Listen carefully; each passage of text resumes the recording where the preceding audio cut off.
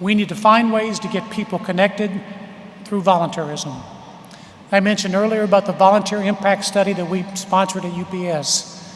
This is the kind of initiative that we need to ensure that volunteers are managed effectively. The surest way to lose volunteers is bad organization and poor preparation. You must consider how to communicate to volunteers, how you connect with them, and how you give them opportunities, and how you prepare and manage your organizations, the ways in which you build knowledge. Volunteers are the backbone of United Way's success and United Way's future. And they will help keep United Way a year-long message. And the way you manage volunteers will go a long way in determining the impact of our organizations will have on our communities.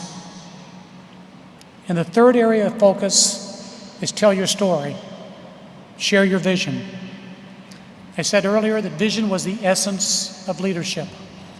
I think too few people think of United Way in the right way. They think of it in two different ways. First, the once-a-year campaign and their donation. Or second, the financial impact to support single various organizations. Too few people think of United Way as the holistic transformation agent that supports neighborhoods and communities and what that means. And remember, anecdotes and vision sells a whole lot better than statistics. This UPS Centennial year, I describe Jim Casey and his remarkable vision, and I link it with that transformation, and I tell this story that I always think of the Casey family on August 27th, 1907, at the dinner table, the three boys, the one daughter, and the widowed mother. And the conversation they must have had that night before Jim started the company that became UPS. And they say, do you think the conversation went something like this? Tomorrow, I'm going to start a company that will eventually employ 427,000 people, serve 200 countries, have revenues of about $50 billion, and become the 8th largest airline in the world, and move 6 to 2% of the US GDP. And Mom, tomorrow I'm going to start a company that will form a foundation, and I'm going to name it the Annie E. Casey Foundation, and it will be the largest foundation in the world to support kids at risk. Well, Jim had a lot of vision, but I don't think Jim had that kind of vision.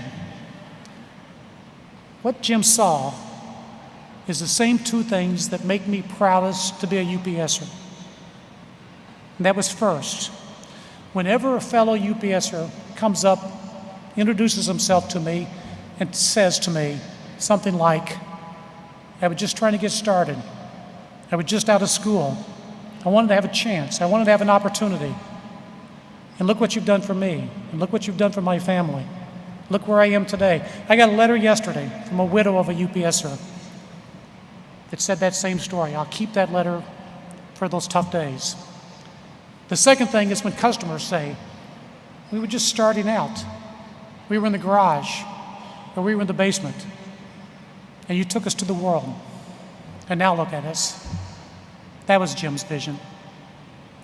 You have a similar rich vision of helping kids and seniors and families and neighborhoods have a future. That without your help and the volunteers you support and the funds you direct would only be a dream. So share your vision, tell your story, and lead. In closing, I want to share with you a quote from Jim Casey. At the 1965 Management Conference, someone asked Jim, what in your opinion is the one thing that could happen to UPS that would be disastrous for it, the one thing above all others? And Jim thought for a second, and then he spoke. The one thing that we could lose that would drive it out of business most is inspired leadership. He went on to elaborate that service failures could be overcome through improvements, that high costs could be overcome by perfecting how we did our jobs, that methods could be improved, and that customers could provide us with more information to help us serve them in new and better ways. But Jim concluded, the one thing we could not overcome would be the loss of inspired management made up of inspired leaders.